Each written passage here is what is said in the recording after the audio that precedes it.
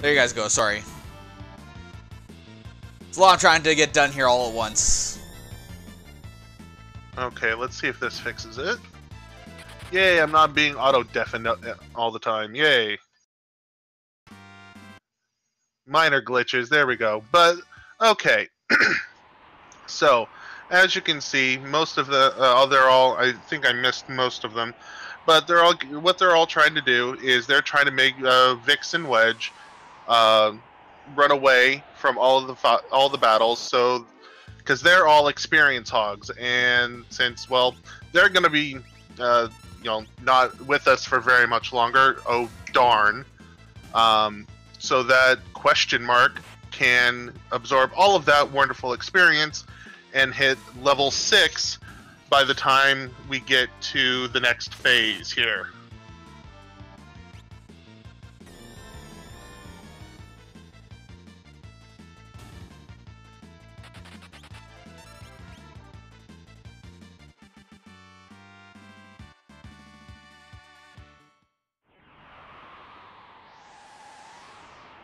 And it looks like, at least right at the beginning, looks like dup0nte is in a... Nope, looks like Ninnyz has a slight lead over dup0nte. And tinahacks has a slight lead over zets. Although it looks like her stream is frozen, so that might not be completely correct.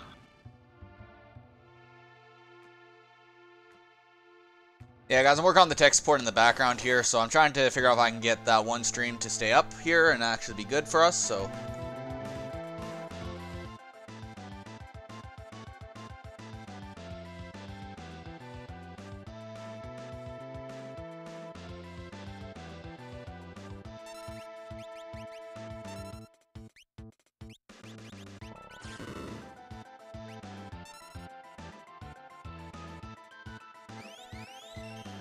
So what Ninnyz and dup0nte and looks like Tina are doing is they're all doing setting up for a quick kill on the Welk here, weight tricking, excuse me, getting question mark, better known as Terra, or in this version of the run T, tech missiling the head. Keeping her healed up, and then firing off one fire beam to the shell, so trying to prevent the head from going into the shell, costing a massive time loss. And it looks like Ninnyz pulls it off here correctly, and he's advancing off. Looks like dup0nte here missed just a little bit and had to heal himself, but otherwise gets it fired off here quickly. And is advancing on, as well as tinahacks.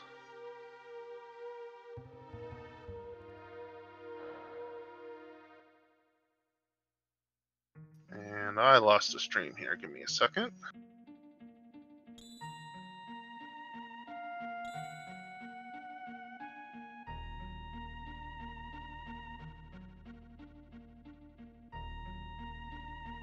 Yay, technical issues.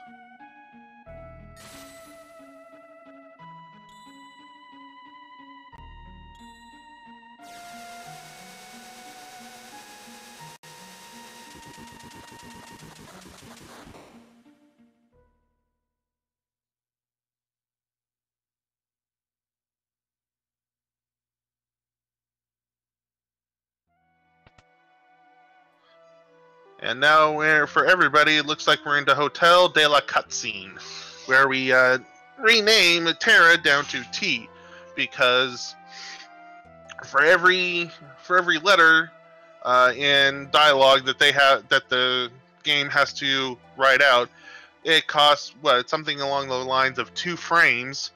And every couple of frames has to cost you a couple of seconds. And over the course of this 1.5 to 2 hour run, for most players, that adds up to somewhere in the neighborhood of maybe 30 seconds.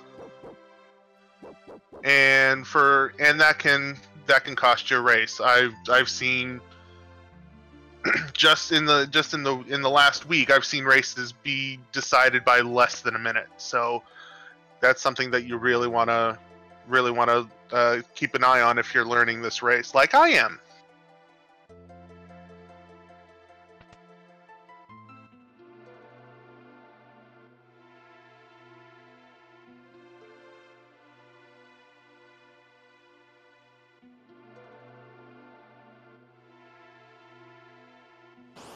And now they are heading into the mines, and so if they pulled off all of their Vixen Red Wedge running away correctly, they will need 4 battles to get Terra up to level 6. So, and that is a magical level, because she will learn Antidote, but that's kind of not the key here, although it is a very nice ability. But the reason for level 6 is that it will force Locke and Edgar to spawn in 1 level higher than normal. And with Edgar being one of the massive damage dealers of this run, having him spawn in at a higher level makes things much easier.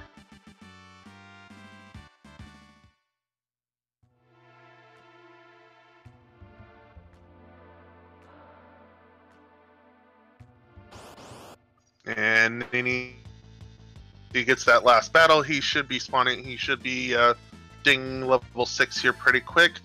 And it looks like tinahacks is in that same process.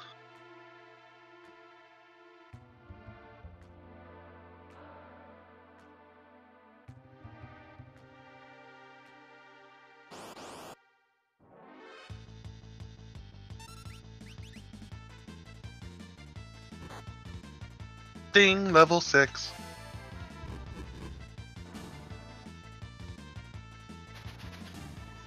And yeah, we do apologize about the technical difficulties with Zets stream. She's still racing along, doing the best she can.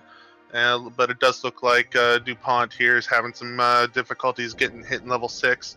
And now we're on to Castle cutscene here with Ninnyz. With a little bit of Terry's backstory, where she's being brainwashed into being a Magitech Knight for Mr. Kefka.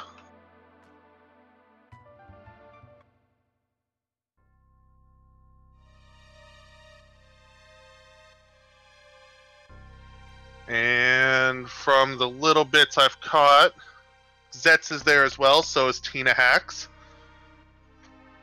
But it looks like dup0nte is still farming for that magical level 6.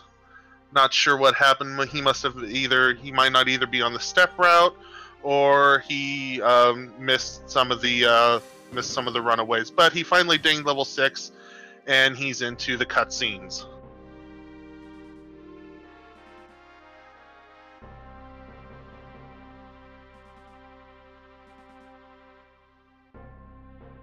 Okay, guys, I'm just going to try to keep on working on getting Zets stream to work better. It is technical difficulties. I'm just assuming it's something to do with frames getting lost if Orchid is also having issues with it, so...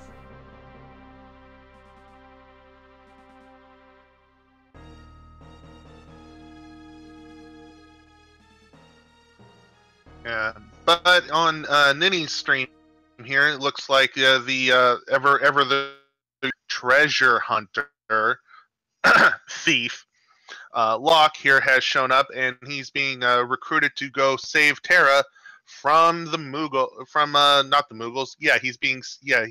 We're saving Terra from the Mughals. That's what we're doing. No, we're saving Terra from the Narshe guard, who still thinks she's a bad Imperial guard or Imperial soldier. But we know better. But we're going to recruit the Mughals to help us do so. And this is the first of several triple party battles. And we've got 2 in this run. One, and funny enough, both of them are here in Narshe.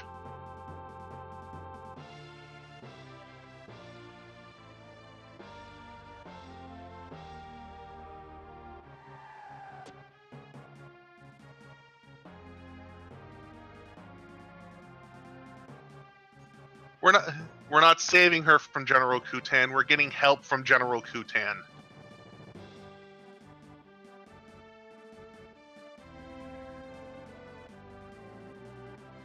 And right now, Ninnyz is following a very specific path here, and we'll see if he can pull off. And he bypasses the the wolf-looking guards, because while they're walking, they won't trigger a combat. But while the leg, and he misses that one.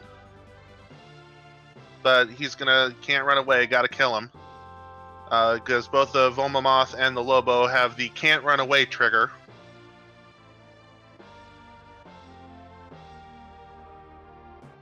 But he dispatches them quickly, and Tinahacks gets to the Marshal first.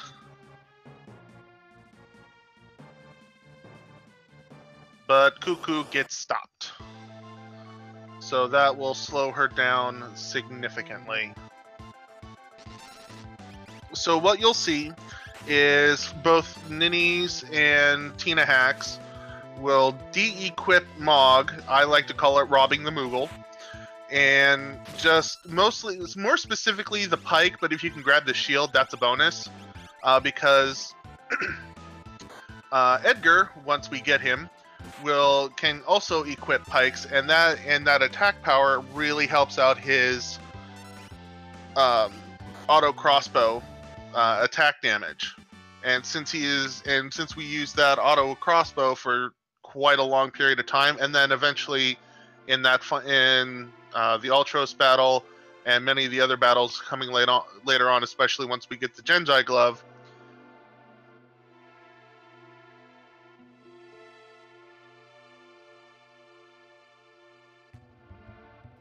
he definitely becomes one of our main damage sources. In fact, once we get him, he practically is our main damage source outside of Sabin. And at times he even bypasses Sabin as a damage source.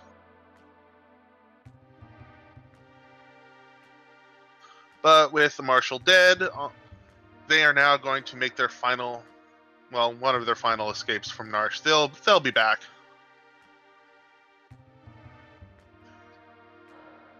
I could be wrong on that. I believe the weapon affects the crossbow damage to a minor extent.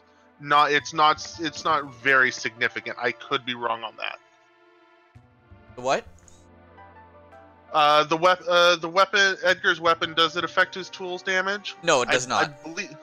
Okay, then I'm wrong. At least I admit it. It's the Atlas armlet that we get in Mount Klotz that will actually increase that damage. Yeah, I knew that did, but I thought the weapon had a very minor effect on it. No. Yeah, okay. Well, hey, today I learned.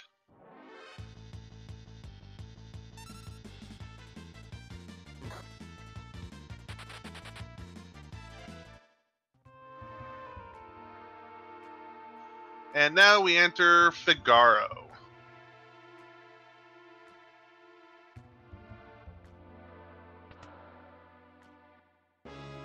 And from what I can actually pull from Zets' stream, she's actually already got Edgar talking and hitting on T.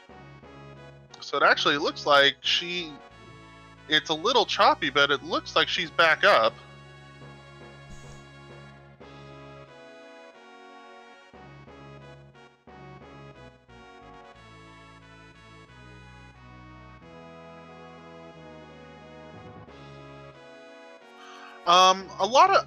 I've played both the SNES version of this game and the PC version. A lot of people don't like the Steam version because of the sprites. Honestly, if the PC version, the Steam version is the only one you have access to, play it. I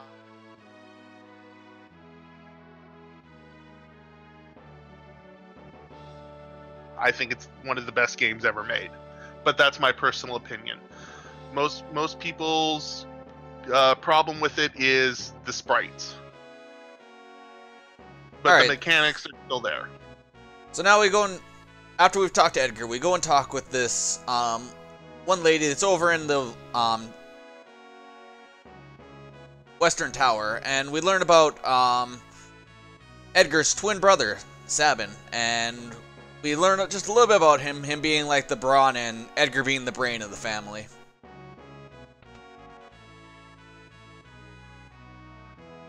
One thing I've always wondered, though, is it says that they're twins, but I don't see it other than the hair.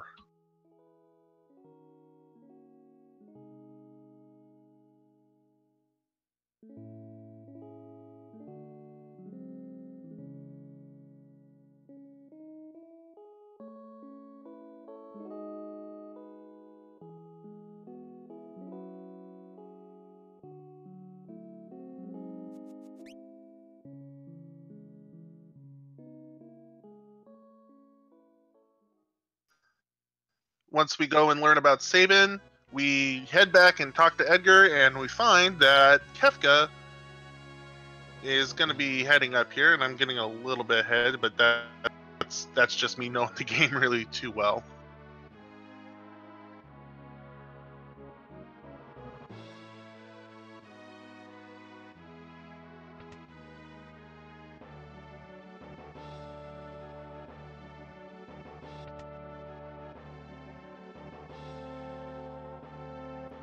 Yep, and here's Kefka coming up the desert and cursing Gestalt for making him come to the desert, and oh, how dare you live in the desert, and there's sand in my boots.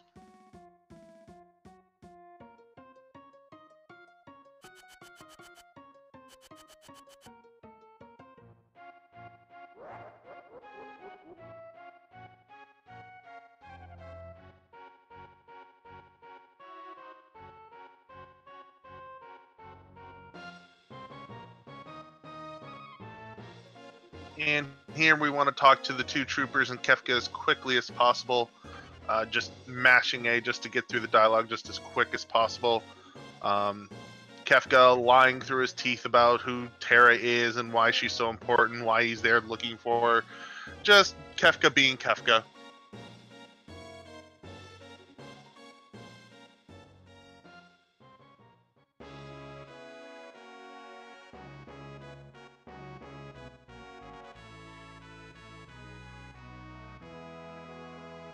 And then Locke takes Terra to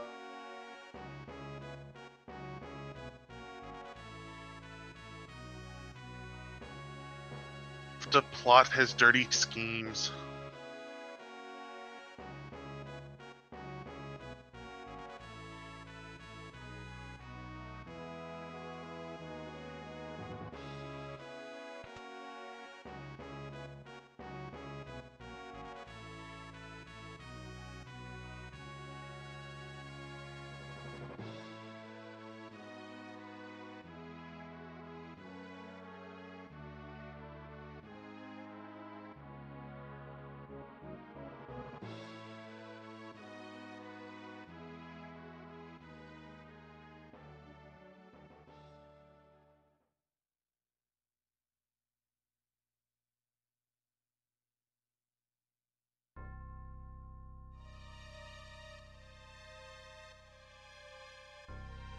And now Edgar wakes up to find that his stone castle is on fire. Apparently, I don't know how stone can be on fire, but we'll just call it magic.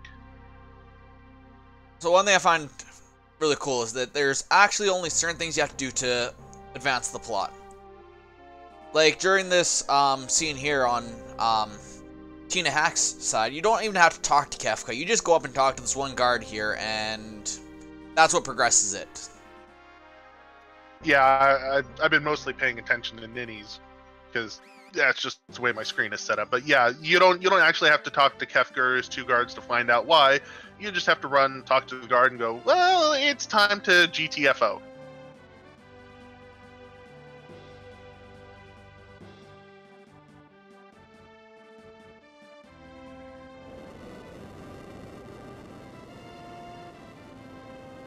And then we find out that not only is a stone castle able to be on fire, the stone castle is now mechanical because Edgar is just a mechanical genius. He makes Tony Stark look like a child. And now a stone castle can dig into the sand, and even a lack of oxygen will put out a magical fire. So Kefka sends his 2 Magitech armored goons after our friends on the chocobos. So here on this fight, you do not want to use magic because that will trigger a little mini cutscene that takes about 40 seconds. And all it takes to kill them is 2 wonderful returns with the auto crossbow. And what it looks like is just having both Locke and Terra defend. Alright, nope, it looks like he had Locke steal, which is something that you can also do. But really all it takes is 2 rounds.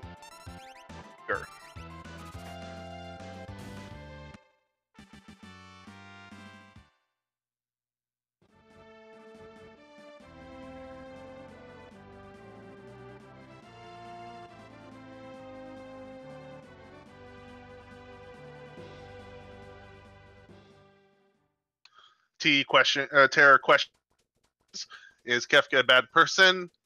The short answer: yes.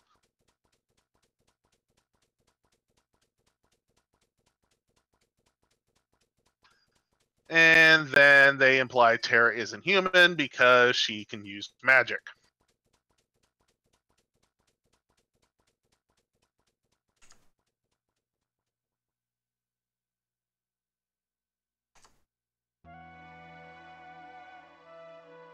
And now we have a new destination to head to the Returners' hideout via South Figaro, so they can talk to Bannon.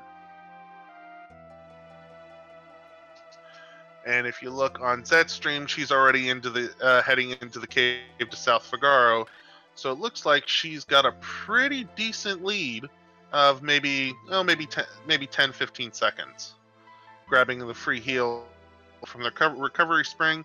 And in this cave, the general strategy here is going to be to kill just about everything.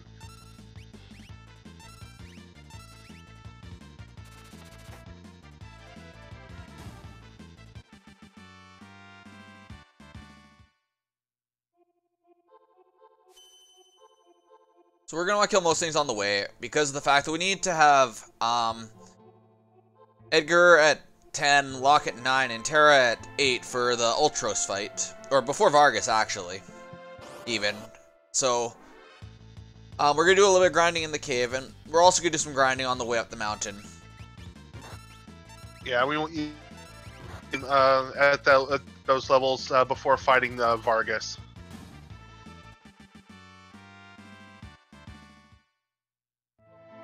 And then once we hit Mount Colts, the strategy will change just a little bit as to what we fight and what we run away from. But here inside the cave to South Figaro, kill it all. And one thing that's nice with Edgar's auto crossbow is that you can be in the front row or the back row, and it doesn't matter, you'll still do the exact same amount of damage. So as you saw on Ninny's side, you actually saw him attack from the back row, and it still does the 120 some odd damage even in the back row.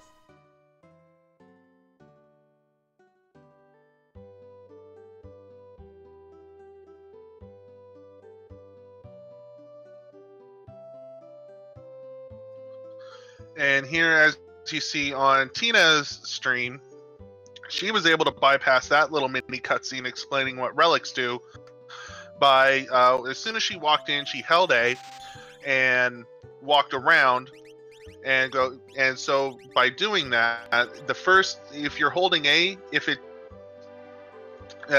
to speak to someone, it'll do it on the first available frame.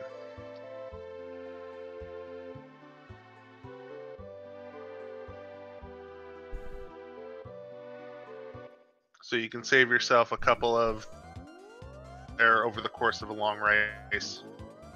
So one thing to point out is that when you go and get your chocobo from the town here, the person is just like, hey, do you want to know how to ride? And he doesn't give you an option. It's just like, here's straight up what you get to, here's how you ride them anyways. Terrible people telling you how to do things we already know, since we already rode chocobos in this game by that point. Yeah, he's just so lonely and no one ever talks to him. He's like, no, I'm telling you how to ride this chocobo. You don't have a choice in the matter.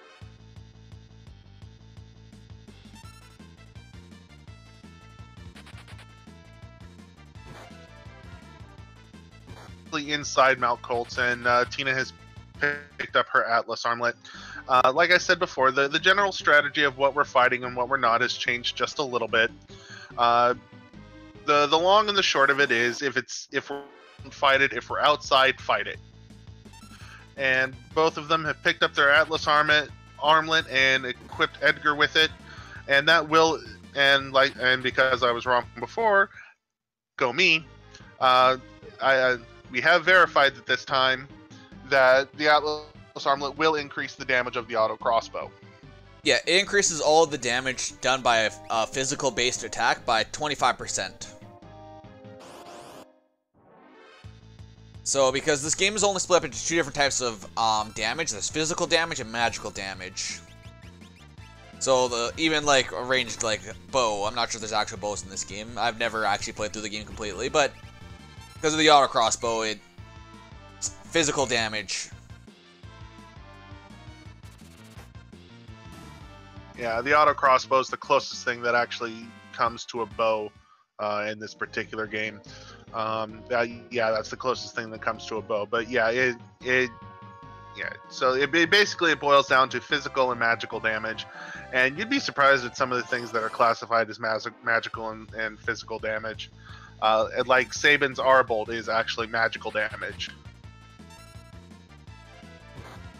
That's why later on during Sabin's scenario, that's why you end up equipping him with the earrings. So because R-Bolt most of the time, and the earrings will increase his magical damage.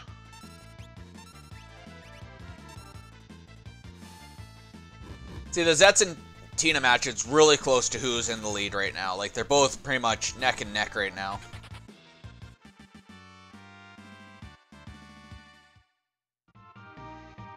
But from their last split here,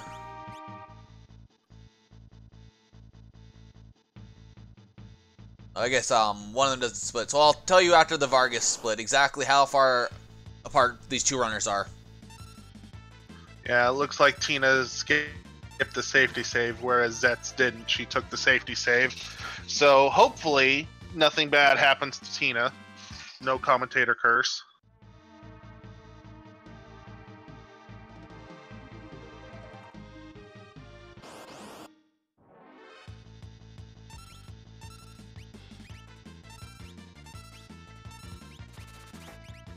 So you notice there's one fight that they've done where they wanted to get Locke to run away. And it's because Locke's experience is high enough that he's already at the level, and they want to try to maximize the experience that Tara's getting. And Edgar as well. Ninnyz skipping the safety save as well. And I happen to miss if dup0nte skipped the safety save. He just walked right past it just now, so he did skip the safety save as well. Yeah, it looks like Zets was the only one who took the safety save, and as a nub cake, I'm a big proponent of the safety saves. But with them being much more skilled than I am, they probably feel a lot more comfortable skipping them.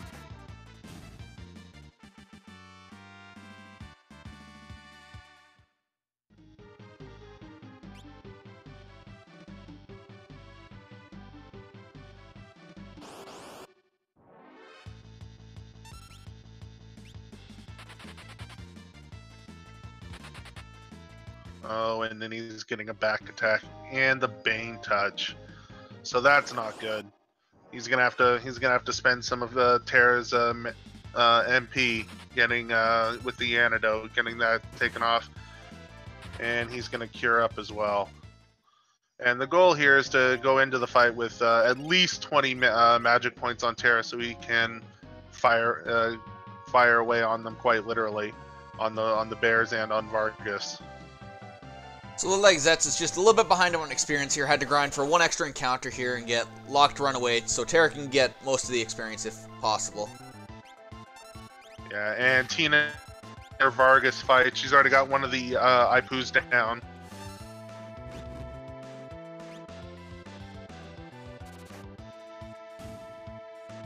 And there goes the second one. And looks like she's already got Lock Road, so he can start wailing away. And Ninnyz is into his Vargas fight as well, and so is Zets.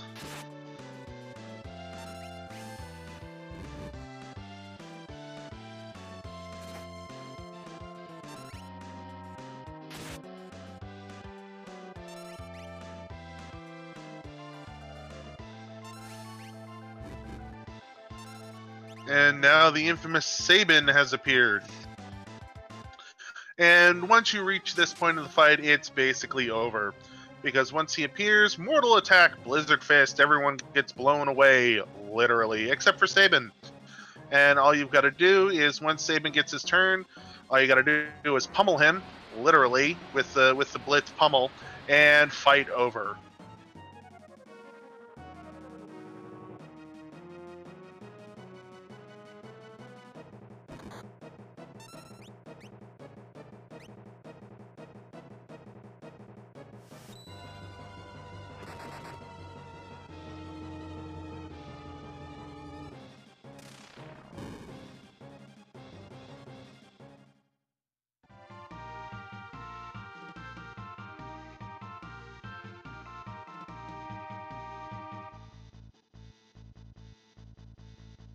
Well, if the incorrect Blitz input, then he waits turn and tries it again. Because that's literally the only way to end the fight is to hit the Blitz pummel.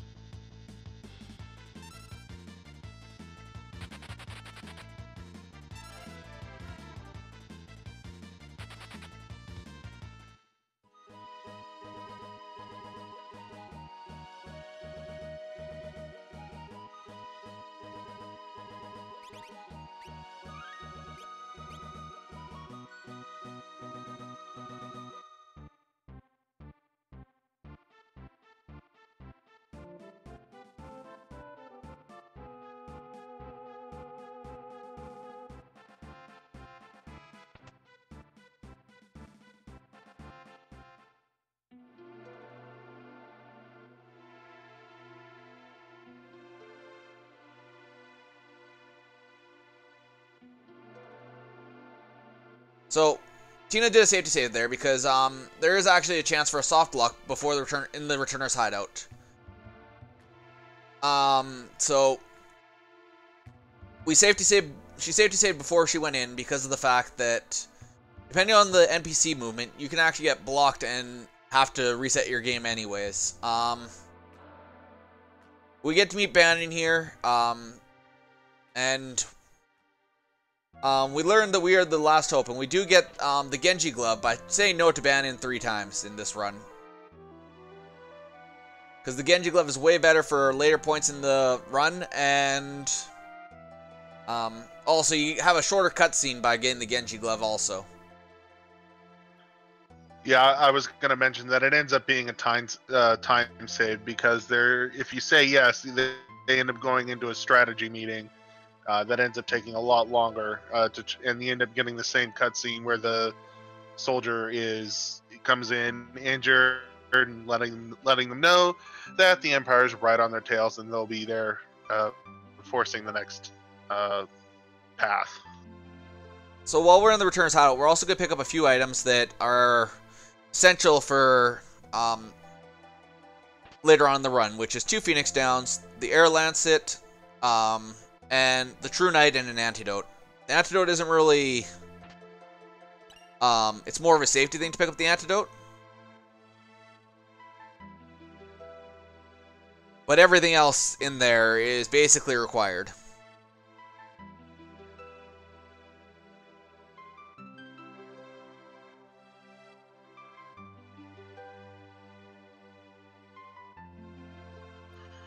And did I see that correctly? Where Tina picked up the Genji glove early? Yeah, she did. I was not aware of that. Yeah, it saves 7 frames if done properly.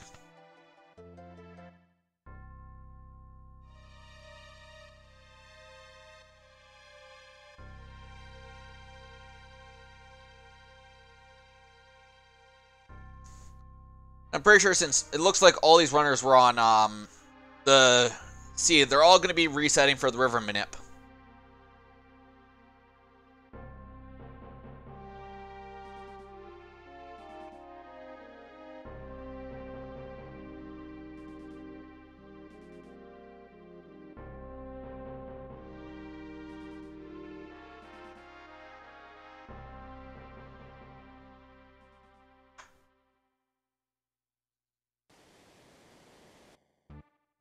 And Tina moving everyone to the back row for safety.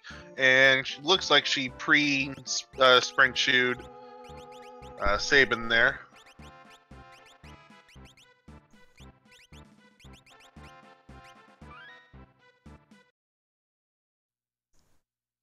And then setting up the reset for to get the seed river manipulation.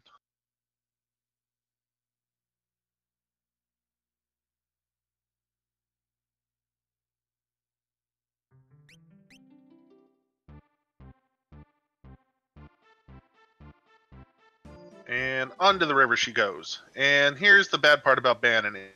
If he dies, game over. But the river manipulation is you'll only get 2 fights if done correctly. Yeah, the first fight you'll run away from, and then we'll use the second fight, and we're going to try to... You have an option to fight that with Edgar to get him to level 11 here. But as it looks like, 3 of our runners are doing the river manip here, so... If done properly... Oh, also, one thing with the river manip is you need to wait for the NPC to step onto the carpet and then walk through the door to get to the river.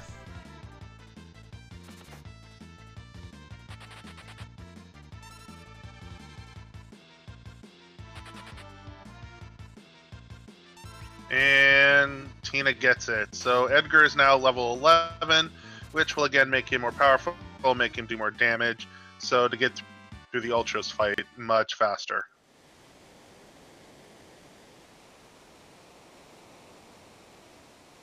And going through the river here, the correct selection is to hit left twice.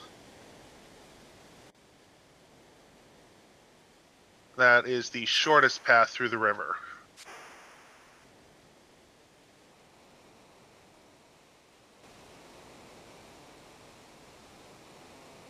Alright, it looks like we have everyone doing the river manip here, including dup0nte, which is just doing his right now. Yep, and Tina taking the safety save and moving Edgar to the front row, so Edgar can do full damage with his attacks.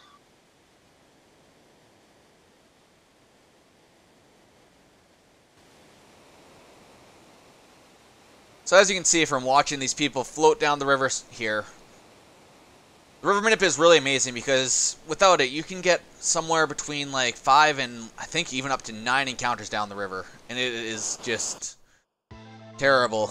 And you don't want that, so... Now we're getting into the Ultros fight with Tina's side here. Yep.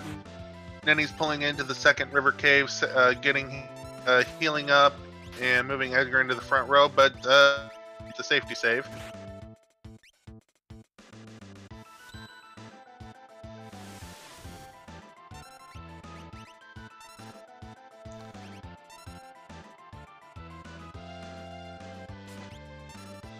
So Tina is in the lead for her race, and Ninnyz is in the lead for his race.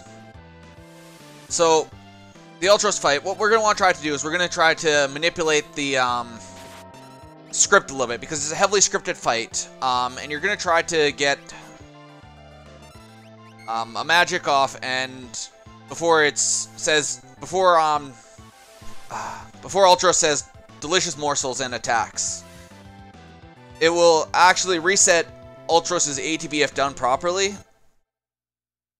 and make it so you can take less damage in the entire fight. Right. The main goal here is to prevent him from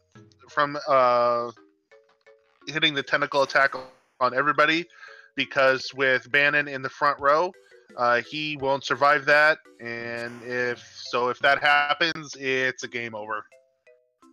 Because if Bannon dies, well, we're into game over. But Tina gets through the fight problem and is on to the triple scenario. Yes, with the Riot Blade that happened, it actually makes the fight faster as long as it goes off. But it's a 1 in 16 chance of it happening, so it's not typically used anymore, but some people still do rely on that chance, so now we see Tina's in town here, pick up one of the characters of the run, Shadow. He's the only character we won't rename because his name shows up so seldom in the run. In total, he has only 3 text boxes. Yeah, you'll end up spending, unless you're really, really good at it, you'll end up spending more time renaming him than you'll lose by not renaming him.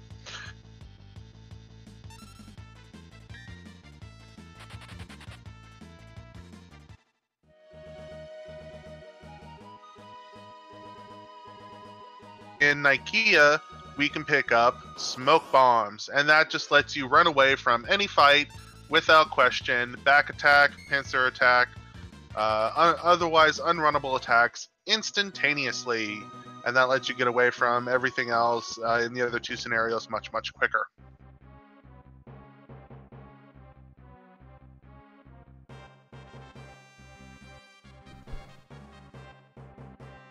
So dup0nte having a very, very scary Ultros fight there with only having Bannon down to 1 HP. Yeah, he might need to go change his shorts after that one.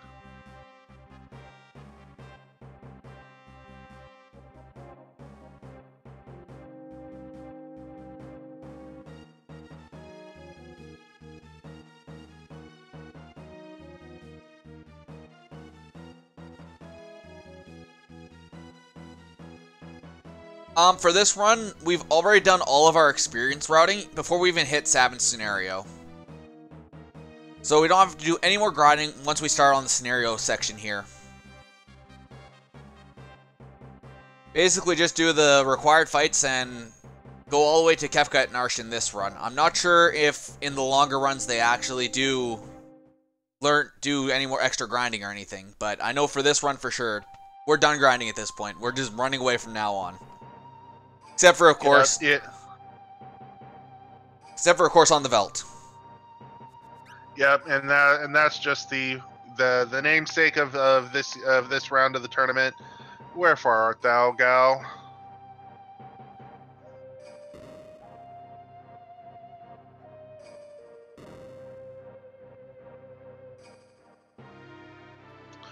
But Tina has met our friend Cian, and this renamed to just C. Using the retort, which is just a really powerful, actually magical based counterattack, which will be the leader guard in just 1 nice hit, and she should, if hopefully if I see it correctly, will reduce the battle speed back down to 6.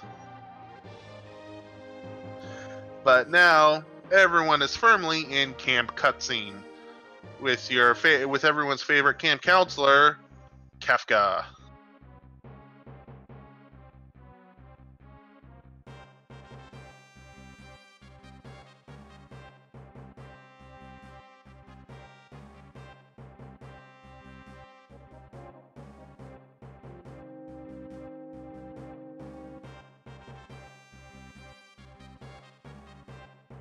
So in this game, the battle speed is a little bit weird. By changing it to 6, we actually get more turns compared to the enemies because it only affects the enemy's ATB.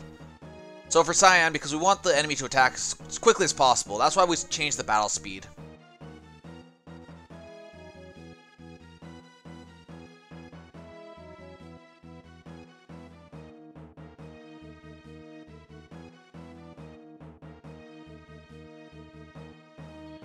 Yeah, it looks like Tina here is a fairly solid lead over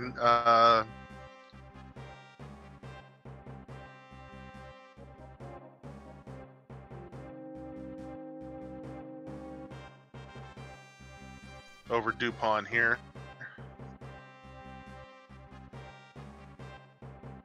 Although that when they get to the Serpent Trench, that can all change. Even before that, because in the Veldt, if somebody has to stay and grind for those encounters to get Gao to show up, that can really change the run. Yeah, that is very true. Because Gao has a 5 and 8 chance of showing up, and that's going to be really where we start to know who's where in these races that are going on right now.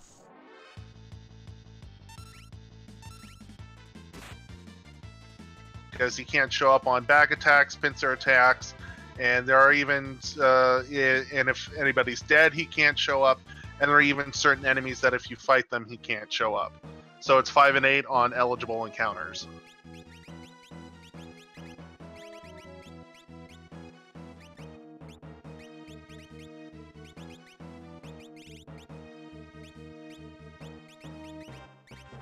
So you'll see here on Tina's stream that they're going to fight the 2 soldiers, and then, they got the legendary interceptor takedown, so they're just going to blitz and throw, or just fight the last one, but the Arabolt or Pummel will kill the last Templar very easily.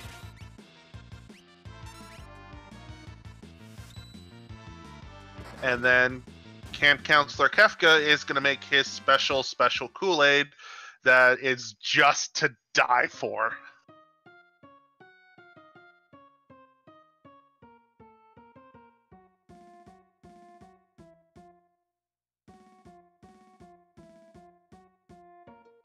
So one thing you also notice is we actually took almost all of Shadow's equipment off, and that's because this is going to be the last time we're going to see Shadow in this run anyways, so he doesn't need that gear. It's more important for us to take that from him and put it on Sabin. We give him back his sword, but that's all he gets from this point on. Yeah, he's a damage source. He's there to soak damage and dish it back out, because once he dies, we're probably not going to bring him back to life unless it's before the recovery pond in the Phantom Forest.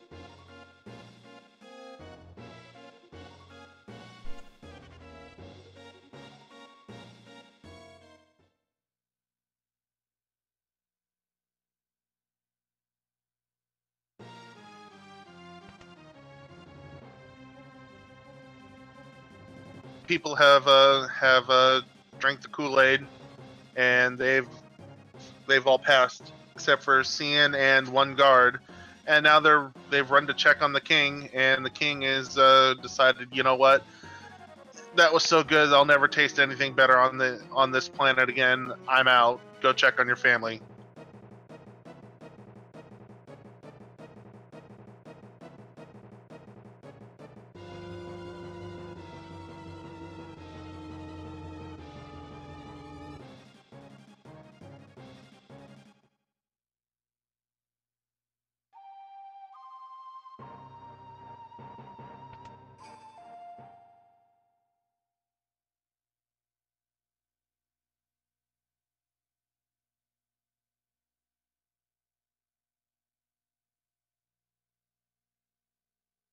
And dup0nte has killed the soldiers and the Templars.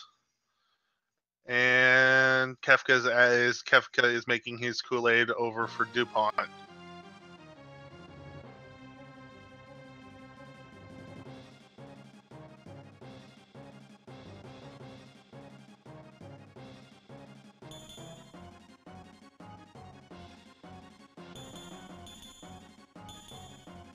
So for these next fights on tinahacks side here, we have no control over Cyan, so we just have to kind of react to what he's doing in ways. So there's certain ways that we can deal with these fights, because he's basically berserked, and he'll use any of his abilities, so...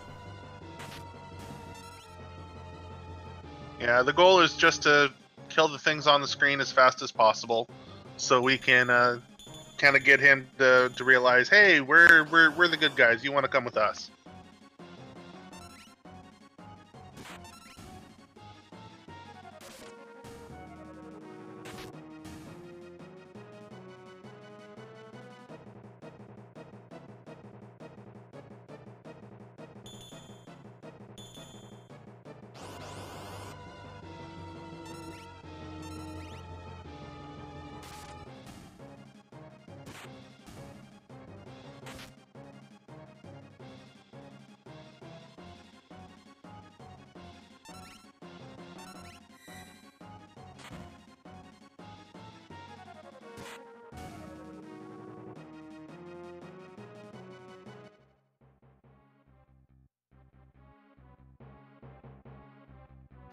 And now we recognize Cyan's true weakness, which is Edgar's strength in machines.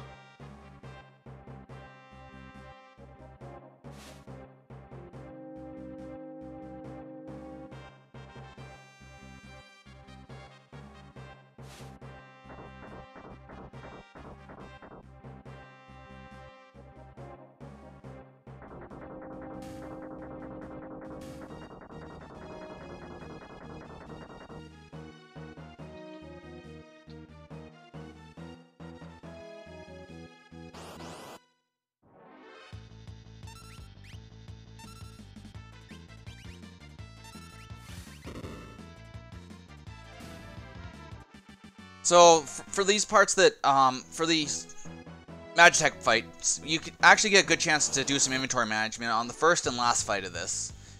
Since there's only 1 or 2 enemies in those ones, you've got a very good chance to just quickly run in and do all that you need to, and move around your inventory to make it so the things you're picking up late for the next part of the run are just at the top of your inventory for quick and easy access for the rest of the run.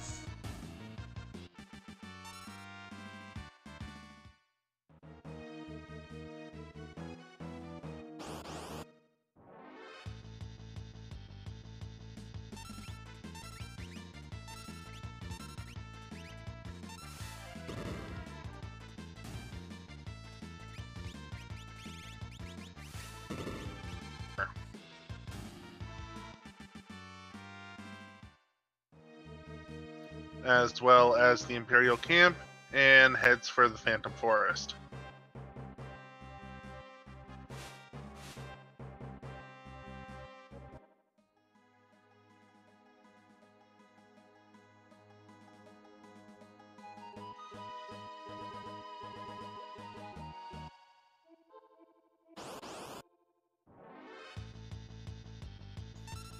So just to quickly run over some of these runners, times for this run right now.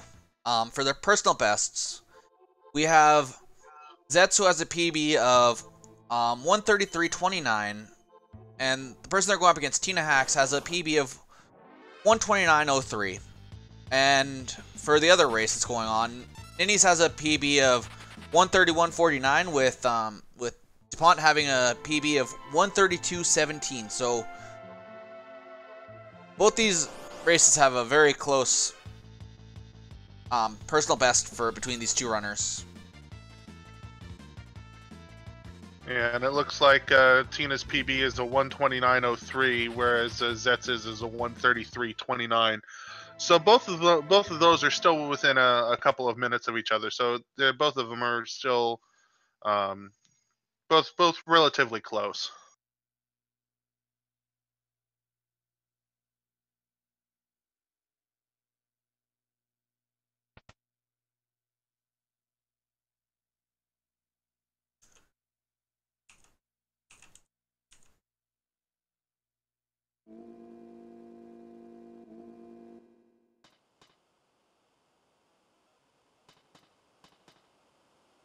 So the Phantom Train and Phantom Force can be quite dangerous just because of some of the encounters we're going to get on it.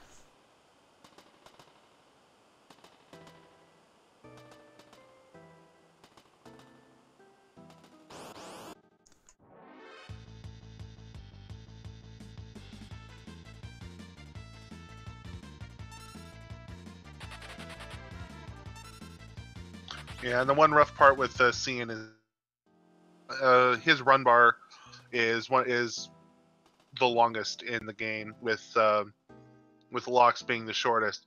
So not only does the ATB gauge have to be full, but there's a hidden run bar that has to be full as well before they can run.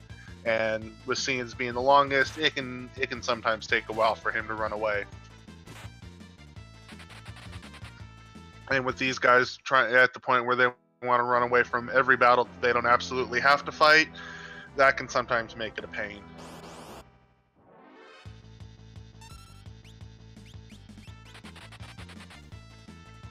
So one thing to notice, with all these runs being on a step route, the Phantom Train can get kind of frustrating because the ghost will constantly walk in your way, and you've only got a certain number of steps that you're allowed to burn at this point. So you need to be very cautious about how many steps you're taking throughout it.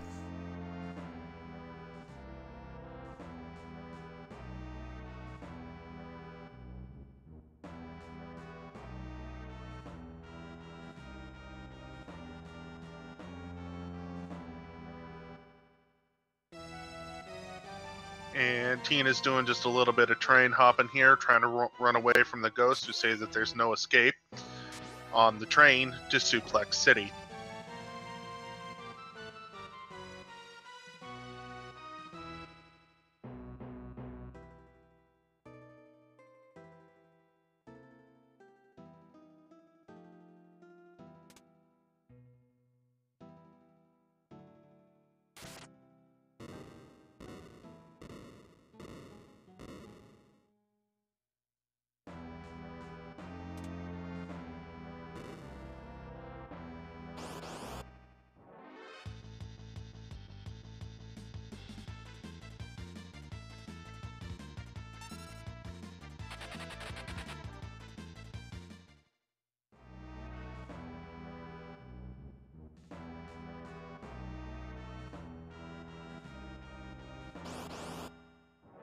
Yeah, you can just see how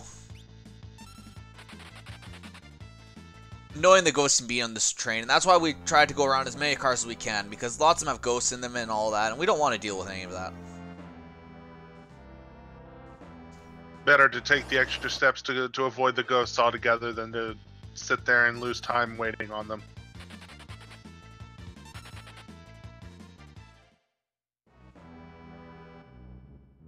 Takaza, they're all actually doing encounter manip. They all did the forest reset, so, or the river reset, so.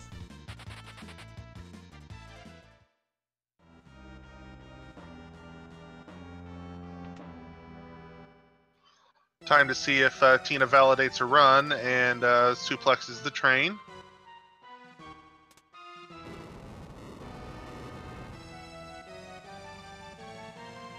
Oh, she gets the evil toot. We'll see if it's even possible. It's Saban's blind. Oh, doesn't even attempt. Run invalidated. No Suplex City.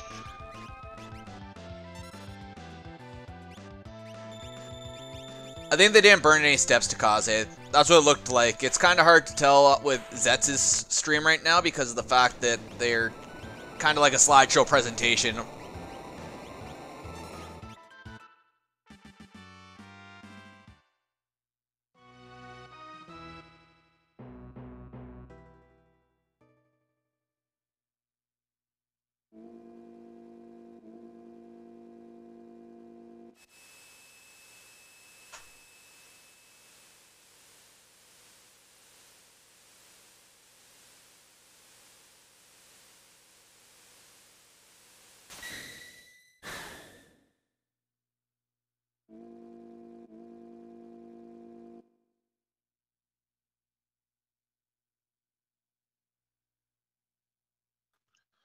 We'll see if Zets or Ninnyz validates their run and takes the train to Suplex City.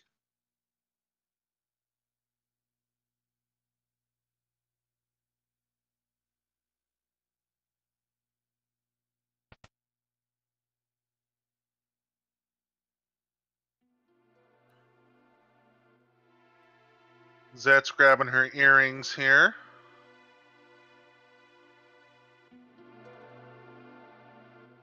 As well as dup0nte. And Ninnyz engaging the train. And Tina entering the morning, the CN morning cutscene, where if she uses the time correctly, she's going to be using the time, excuse me, to equipping Sabin with the earrings and the True Knight to help to set up for the Piranha Rizzo Pass cutscene fight on Barren Falls. Ninnyz was unable to suplex the train because Sabin was confused, so he gets a pass for not validating his run.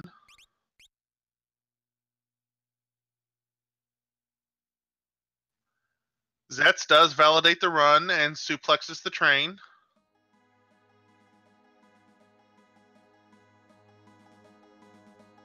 But dup0nte does not validate his run and suplex the train, so we only have one runner per race validate the run. Ninnyz gets a pass because, again, Sabin was confused, so not his fault.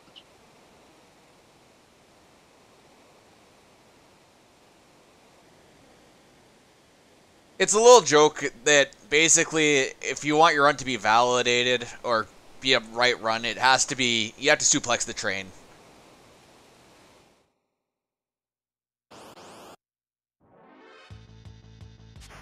But here we're getting to the Rizzo Pass fight, where basically we're going to kill off Cyan as soon as possible. And this is going to cause Cyan to have some really weird stuff happening with his character's sword tech moves.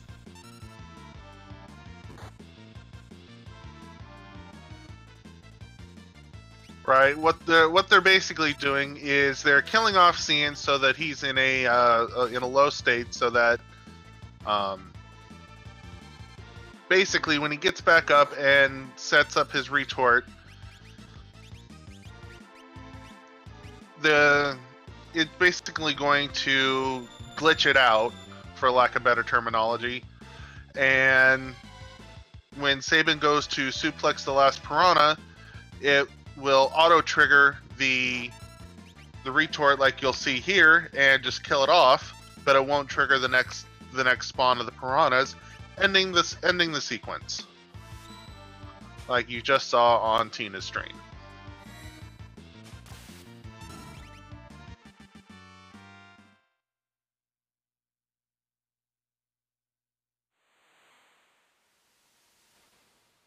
And then we meet my most hated character in the game.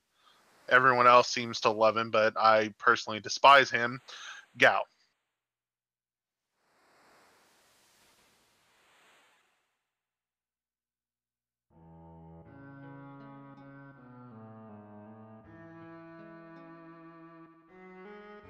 Everyone else is just finishing up their morning sequence and heading for Barren Falls.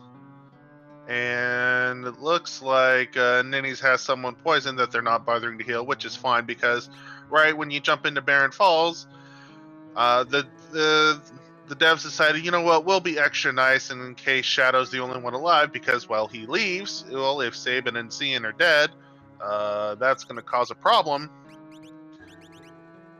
So we'll just make sure that they're at full life.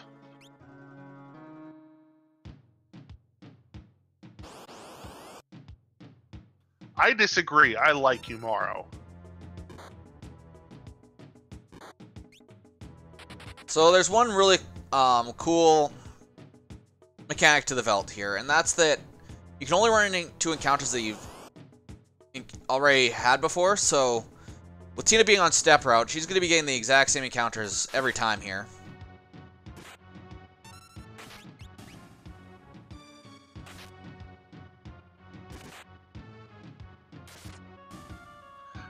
Nope, this is not a fatal four-way. This is Ninnyz versus dup0nte, and Tina versus Zets. It's a 1 versus 1, and then a second 1 versus 1.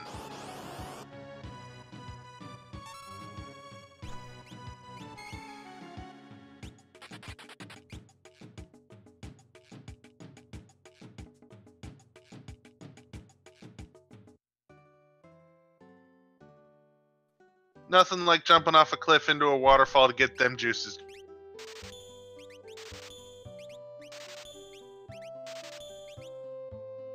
Has picked up her dried meat and is now on the hunt for Gao. And Ghost is one of those encounters. It cannot spawn.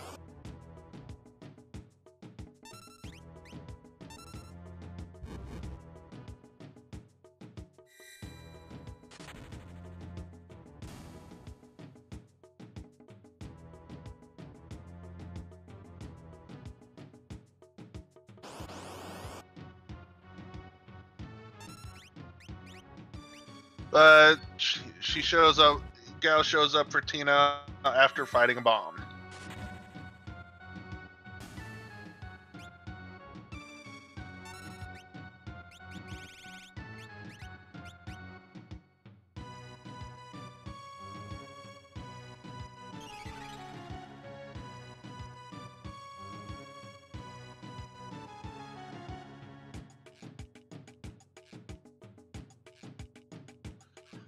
Killing Cian actually activates a glitch where when you suplex the fish, the piranha, and it misses, and it activates his retort, and then it prevents the next set of the piranhas from activating, ending the battle cutscene.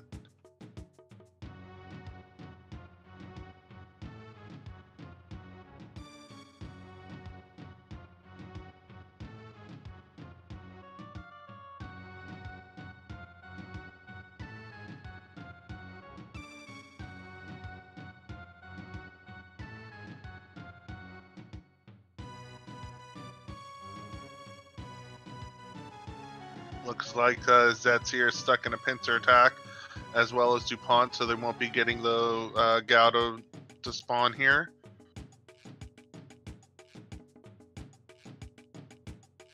But if they don't have their dried meat, they won't need it anyway. That's one good thing with the step route, is that if you're on the step route, you actually aren't going to run into Gao at all. Like, you're not going to run into any encounters that you can't run away from before you get to the town, except for one, which is a pincer attack.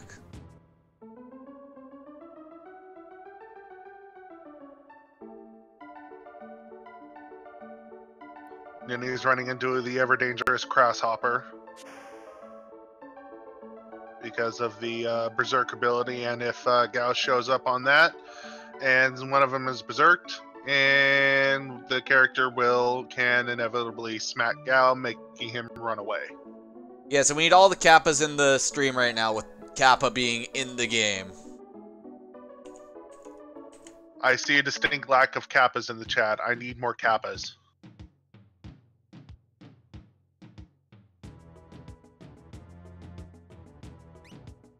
Guys, I have to remember, there's going to be 4 Kappas here. Need more Kappa.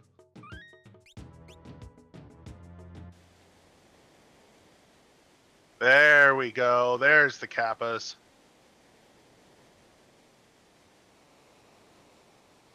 So now Tina's on the hunt for Gao's shiny. What could it ever be? Is it gold? Is it jewels? No, it's a diving helmet that 3 of them are supposed to fit their heads in. Magic.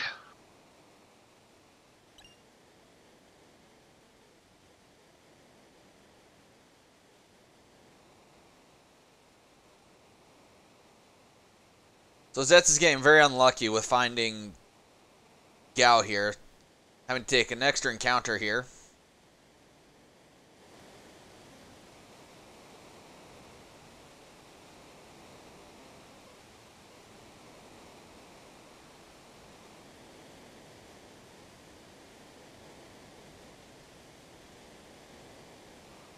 Tina hopping into the Serpent Trench, well, and Gal taking his sweet time because, as a child of the Veldt, he's afraid of the water and a bath.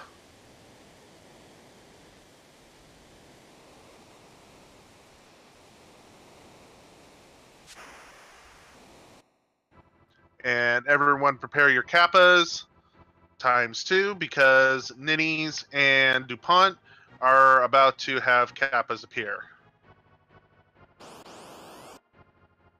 We finally found our final Gao, so...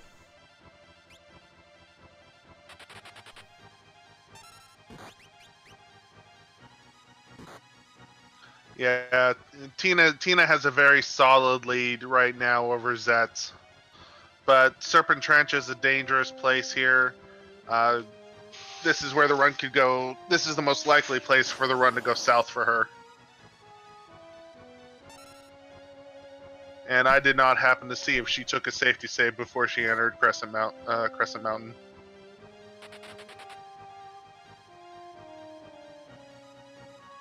But healing up in the first cave, and that'll be her last safety before she takes the left. And hopefully she doesn't. Looks like the RNG is being pretty good to her. Well, one good thing that she has going for her right now is that her party's going to have a higher chance of running away now, with Cyan being dead, which we want while we're going through the Serpent Trench. Yeah, with his extra long run bar, yeah, Cyan being dead at this point is less of a curse and more of a blessing.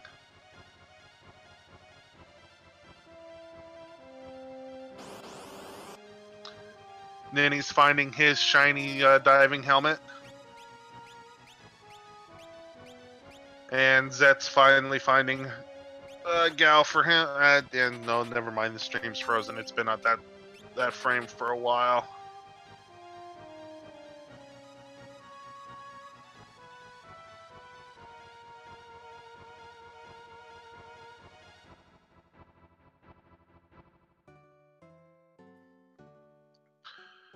And it looks like Tina is buying her smoke bombs. And it looks like she's going to skip buying the extra mithril pike here. Is going to pick up the rune edge in the Terra scenario.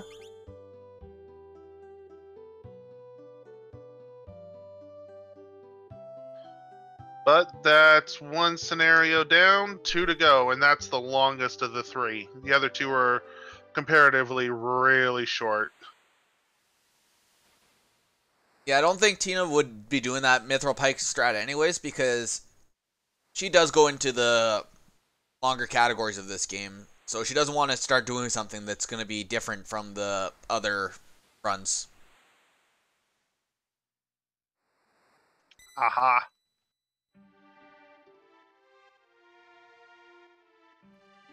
So now we see Tina heading into the lock scenario. And what you're going to see her do is equip her sprint shoes, and then she's going to bypass the guard here. She missed it the first time. What she's going to do, she's going to stop on the square right before, go into her menu, hold right, and exit the menu, and you'll be able to skip right onto that guy and head out. Now, the problem with that is we're going to miss a certain character. I don't know what her name is. Do you know what her name is? No, I never met that character. All I know is that we get some sort of Moogle in our party named... I think it's... Kutan? Yeah, that's it. General Kutan. That traitorous General Kutan.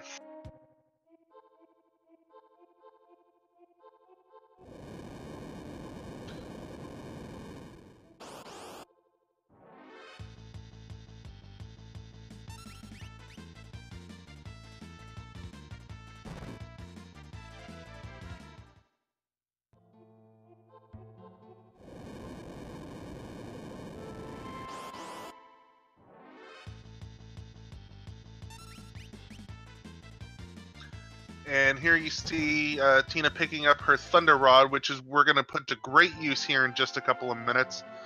And running away or using the smoke bombs to get away from every single battle. because, well, we don't need to fight it anymore.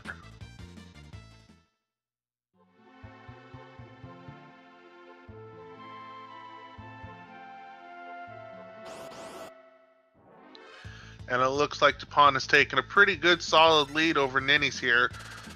Looks like he had a bit of trouble in the Serpent Trench.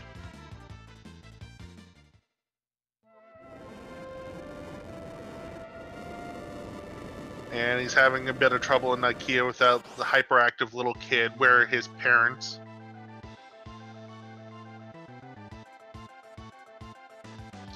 And Tina broke the Thunder Rod and killed the tunnel armor because, well, it doesn't, because the Thunder Rods bypass any and all magic defense and just cast dup0nte and destroy in one hit.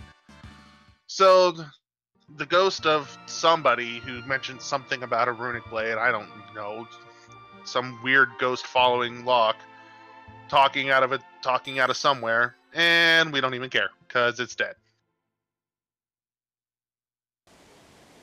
And on to the Terra scenario. While Ninnyz and dup0nte are both starting their Locke scenario.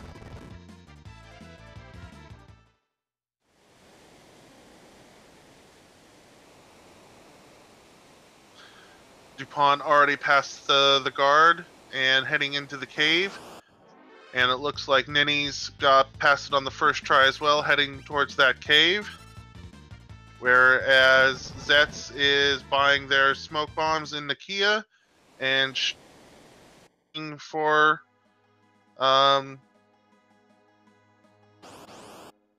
Narshe here pretty quick with Sabin and Cian and Gout, and heading for the Locke scenario. So currently, just so everyone knows, Tina is about 4 minutes ahead of Zets right now.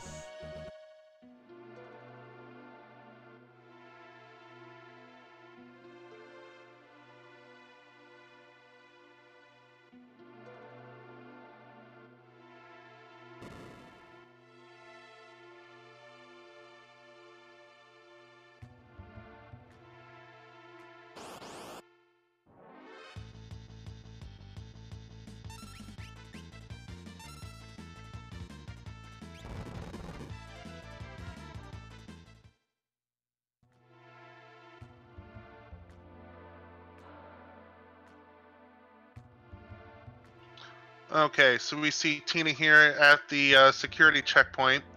So, but we don't have time to do the security checkpoint proper.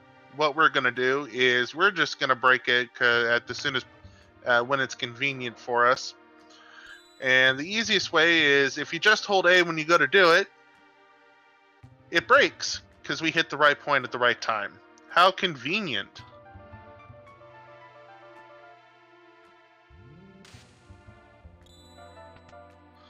And we see dup0nte breaking his Thunder Rod, which breaks the tunnel armor. And then he's just a few moments behind, maybe about, I'd say 10 to 15 seconds at the most. Probably closer to 5 or 10. Breaking his Thunder Rod and breaking his tunnel armor. Tina smoke bombing out of a couple of battles, and he's gonna run into this familiar little area where we had the Moogle tri-party battle, into this NPC loaded area, and is going to pick up the Rune Edge if the Moogle will ever get out of the way. And that's going to be Edgar's second item in the Kefka tri-party battle coming up.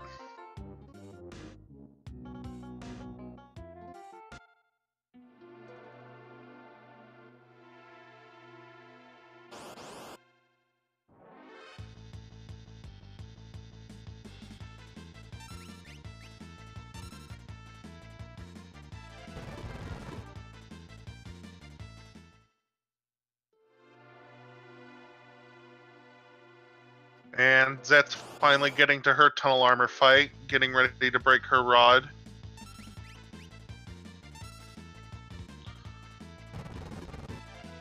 Meanwhile, both dup0nte and Ninnyz getting into Narshe at almost the exact same time. So that race is going to come down to seconds.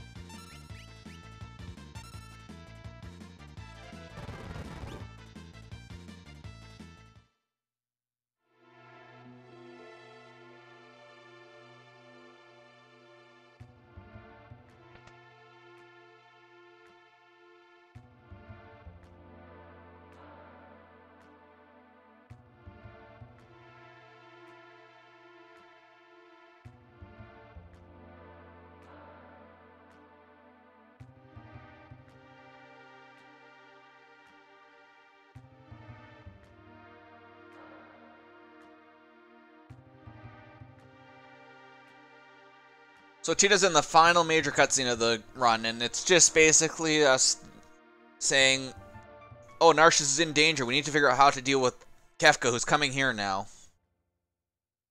So they're making plans to deal with that now.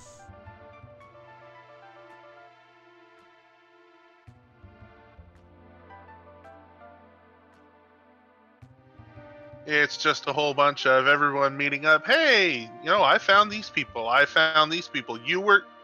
The Empire is. I used to work for the. I work for the Empire. You work for the Empire. I worked for the Empire. You worked for the Empire. Rah rah rah. You're evil. No, I'm not. The Empire is evil, but not all of its citizens are evil. Just learning that just because a group is bad, not all of its people are bad. Yeah, Ninny and dup0nte are basically neck and neck here. Only a couple seconds holding them apart.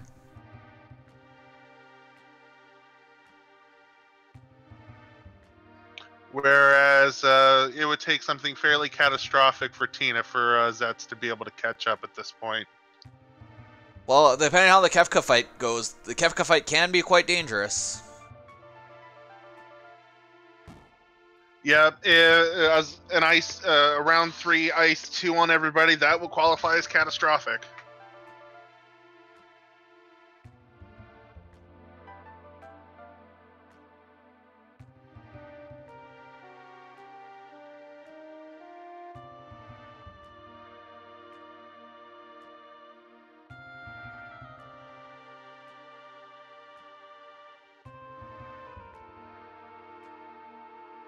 And here we see Kefka and a whole bunch of soldiers marching on Narshe.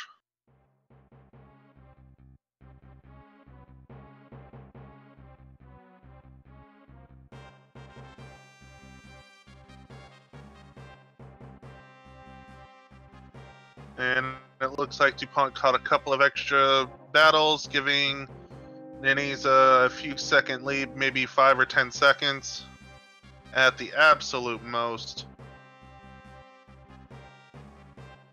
And Zets getting into the security checkpoint as Tina marches up to the mountaintop where the Esper is now being held.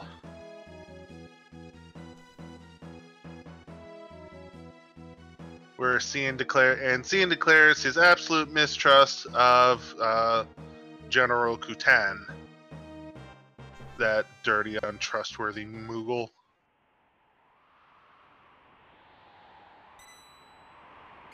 So Tina making a safety save, just in case, for the Kefka fight, because, as we've said, it can be an extremely dangerous fight, depending on how Kefka decides to go.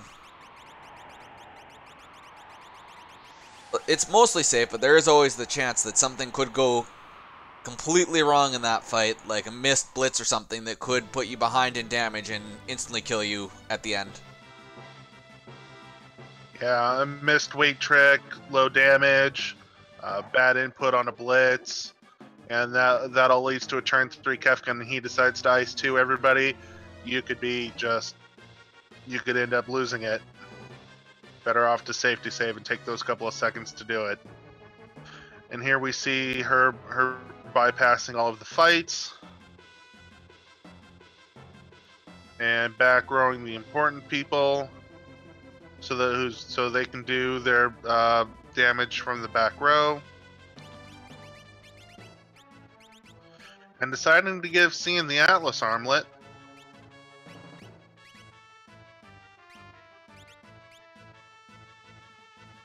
Spread out the damage a little bit.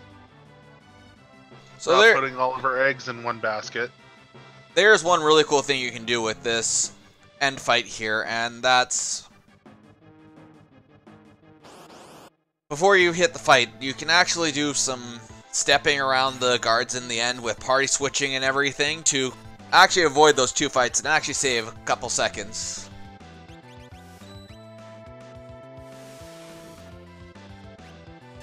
Yeah, I believe it's collectively known as the thing. Yes. But if you do it, yeah, if you do it right, you save roughly 8 seconds. But if you do it wrong, it costs you something like 2 minutes. Yeah. So it's not something that's generally done very often.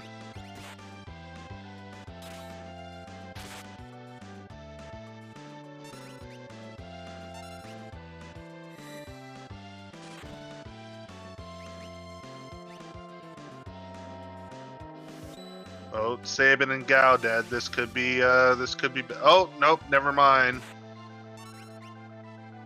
Looks like finished.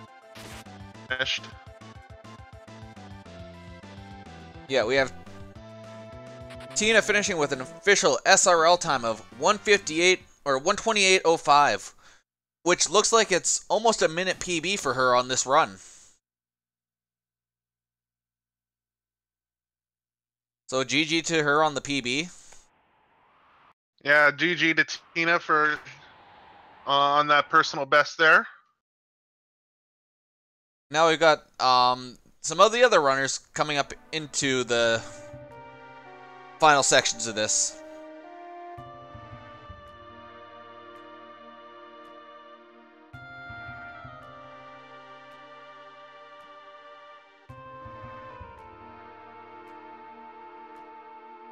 Ninnyz getting ready to head up into the Kefka fight.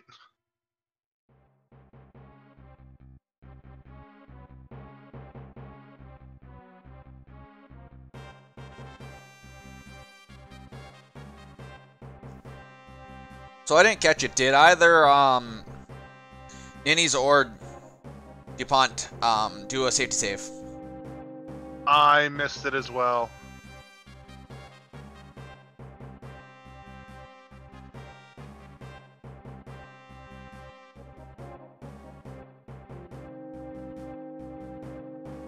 Well, either way, we have Ninnyz fighting Kefka right now. He avoided Ryder, avoided all those encounters on the way down. But Gao takes an early death, so that increases his chances of hitting the treacherous turn 3.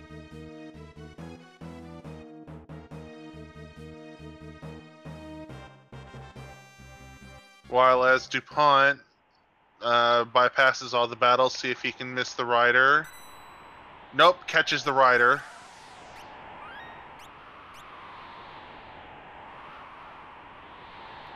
And looks like Ninnyz has beaten Kefka, and Ninnyz has finished with an official SRL race time of 1:30:13. So GG to Ninnyz.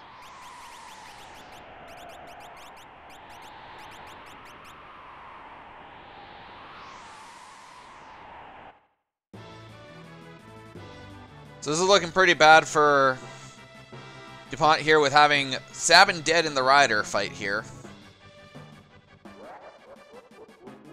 Hopefully he's got a... Oh, and Edgar goes down too. Hopefully he's maybe got some Phoenix Downs left over. Otherwise he may just reset, and hopefully he's got a safety save. Oh, that's not good.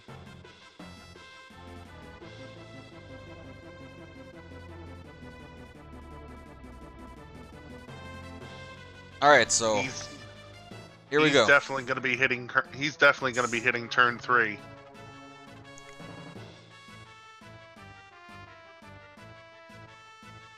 Also, just to point out as well, Ninnyz did get a PB as well of 1 minute and 37 seconds. So GG on the PB.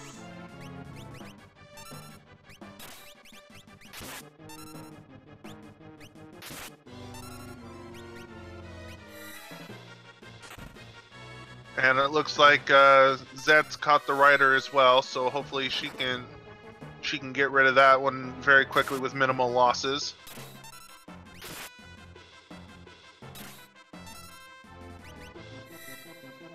And dup0nte dying to Kefka. Hopefully he got a safety save.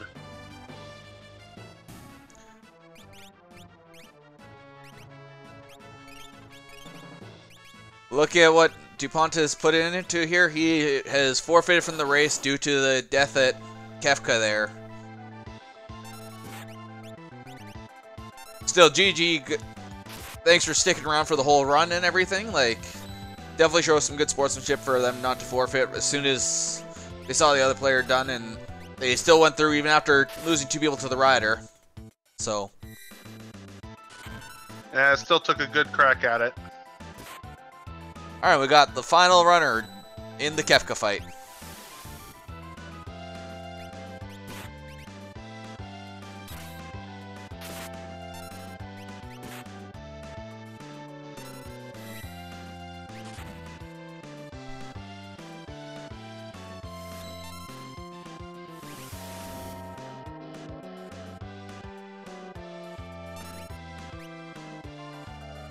And she beats him.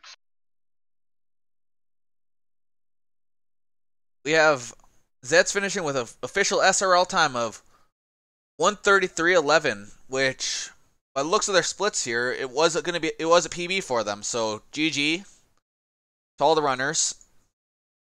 So with that, we are going to go ahead and send out. Well, first off, we need to congratulate the runners, and also be sure to follow these runners and follow the commentators as well.